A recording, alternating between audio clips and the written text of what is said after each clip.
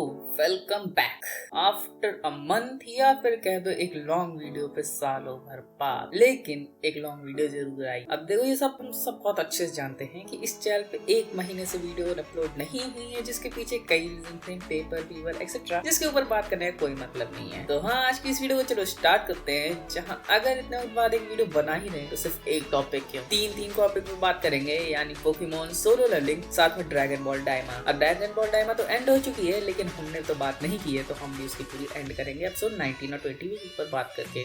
उसका solo levelling के episode 8, 9, 10 तीनों एपिसोड बात करेंगे, साथ ही पोकेमॉन पे ऐश के रिटर्न के ऊपर भी बात करेंगे। तो हाँ, वीडियो बहुत ही ज्यादा इंटरेस्टिंग होगी, वीडियो को एंड तक जरूर देखना, अगर मन करे तो देखना, और बाकी जो तुम लोग को टॉपिक देखना हो तो स्किप करके उस पर भी जा सकते हो। पहले ही बता दूं कि पहले हम पोकेमॉन के ऊपर बात करेंगे, उसके बाद सोलो लेवलिंग के ऊपर, और आखिरी में ड्रैगन बॉल डायमा। तो हाँ, तुम पहले पोकेमॉन को अगर देखना चाहते हो तो देख के भाग सकते हो, वरना सोलो लेवलिंग और ड्रैगन बॉल डायमा भी जरूर देख लेना। अब चलो स्टार्ट करते हैं बिना ज्यादा वेस्ट किए टाइम को, स्टार्टिंग विद पोकेमॉन। अब देखो ऐश कुछ गए हुए तो काफी वक्त हो गए है ना। अब ये बिल्कुल हम लोग को बहुत अच्छे से पता है कि पोकेमॉन कंपनी की तरफ से कोई भी एक भी आंसर हम लोग को नहीं मिला है कि ऐश का रिटर्न कब होगा। अब देखो ये बहुत अच्छे से हम लोग को पता है कि एक पोकेमॉन का सीजन लगभग 2 से 3 साल चलता ही है। जैसे पोकेमॉन जर्नी स्टार्ट हुई थी 2021 में और एंड हो गई 2023 में, तो ऐसी 2-3 साल तो लगता ही एक पोकेमॉन सीजन को पूरी तरह से एंड होने को। पोकेमॉन होराइजन स्टार्ट हुई थी 2024 में, तो इस हिसाब से तुम एक अंदाजा लगा सकते हो 2024, 2025, 2026 यानी 2027-28 पोकेमॉन का न्यू जनरेशन आएगा। एंड यहीं से हमारी थ्योरी स्टार्ट होती है,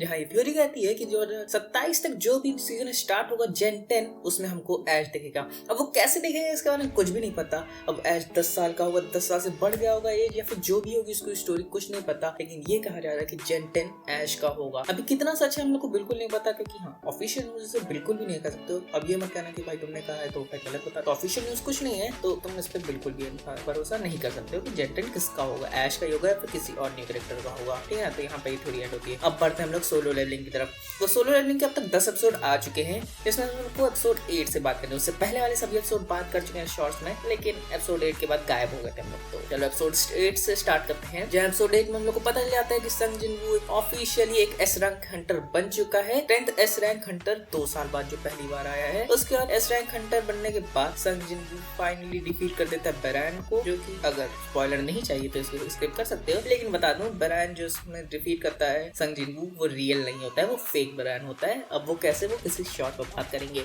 उसके बाद संग जिनवू बेरैन को डिफीट करने के बाद अपने मोनार्क्स यानी साइडो मोनार्क, इसमें इग्रिस, फैंग, टैंग और आयरन बहुत ही खतरनाक बैटल देखने को मिलती है। तो एपिसोड 8 में कुछ इतना ही सब कुछ होता है। अब एपिसोड 9 अगले बार स्टार्ट होता है, जहाँ पर जिनवू जब बेरैन को डिफीट कर देता है तो बेरैन का एक ड्रैगन होता है, जो तुम लोगों ने एपिसोड देखा है तो हाँ, तुम लोगों को पता होगा ड्रैगन, इसको अपना आयरन डिफीट करता है। उसके बाद संग जिनवू उसको शैडो मोनार्क बना देता है। क्या ही कूल दिखता है ये ड्रैगन। उसके बाद क्योंकि संग जिनवू एक एस रैंक हंटर बन चुका होता है, तो अब संग जिनवू को जेजू आइसलैंड के भी बैटल लेनी पड़ती है, मतलब उसको जेजू आइसलैंड भी जाना पड़ता है, क्योंकि हर एक एस रैंक हंटर जाता है, जो कि आगे वाले एपिसोड में एपिसोड 10 में जाते हैं। ठीक है, लेकिन यहाँ पर थोड़ी सी ट्विस्ट जो कि एपिसोड 10 में तुम लोग को पता चलेगा, ठीक, वो बाद में बता करेंगे। लेकिन यहाँ पे एक और चीज हो जाती है कि संग जिनवू अपने मॉम को क्योर कर देता है विद द डिजीज, जो कि इतने साल से पड़ी थी बेड पे, अब वो ठीक हो चुकी हैं, क्योंकि संग जिनवू को एक मेडिकल या फिर एक पोर्शन मिल जाता है, जिससे जिनवू अपनी मॉम को फिर से क्योर कर देता है। उसके बाद हाँ, जैसे मैंने तुम लोग को बताया था कि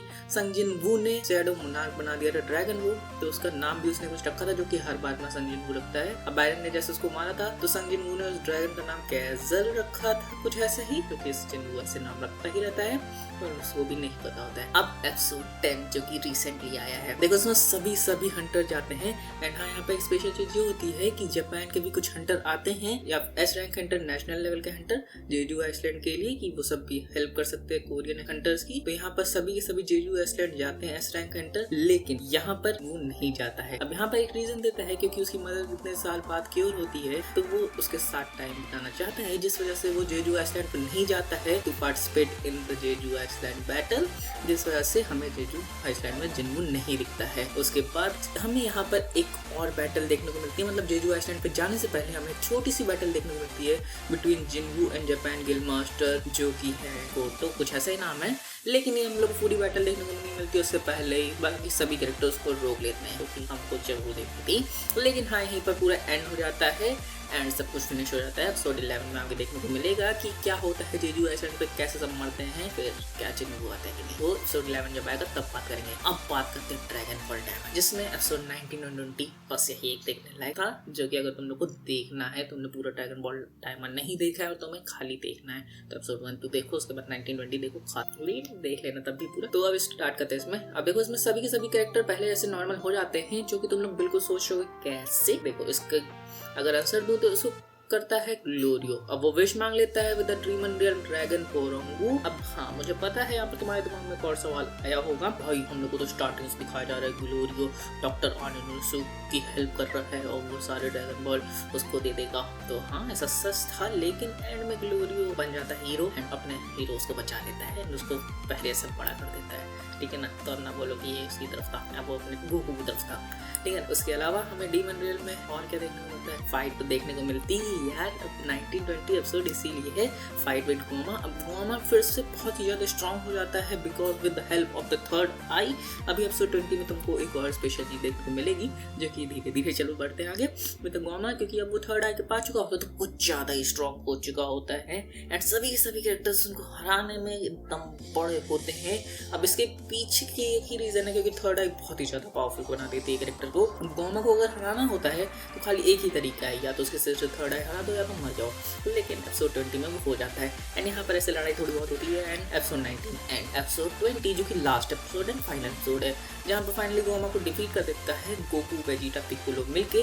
लेकिन यहाँ पर थोड़ा सा ट्विस्ट आता है कि गोमा को हराने वाले ये नहीं है, मतलब हाँ इनको हराते यही डिफीट करते हैं, मतलब वीक करते हैं, लेकिन एंड में माजिन डू जो है वो एक बुक की हेल्प से गोमा के सिर से वो आई निकाल देता है। मतलब इतनी बार उसके सिर पे वो मारता है कि आई अपने आप ही बाहर निकल आती है एंड बिकॉज ऑफ विच, यानी पुराने डीमन किंग को गोमा यानी जिसको माजिन डू ने हराया, तो इस हिसाब से इनडायरेक्टली कहा जाता है कि माजिन डू को ही बनाया जाएगा new demon realm king. And ऐसा ही होता है, माजिन डू डीमन रियल्म का किंग बन जाता है। उसके बाद सभी पोर्टल्स में जो केज लगे रहते हैं वो हट जाते हैं, माजिन डू वहाँ का बन जाता है न्यू डीमन रियल्म किंग, जहाँ पर साथ ही में वो डॉक्टर आनुनुसु को अपना साइड कैरेक्टर बताता है, बाकी को कैप्टन सबको पता नहीं क्या क्या बता देता है, वो तुम लोग खुद जाके देखो।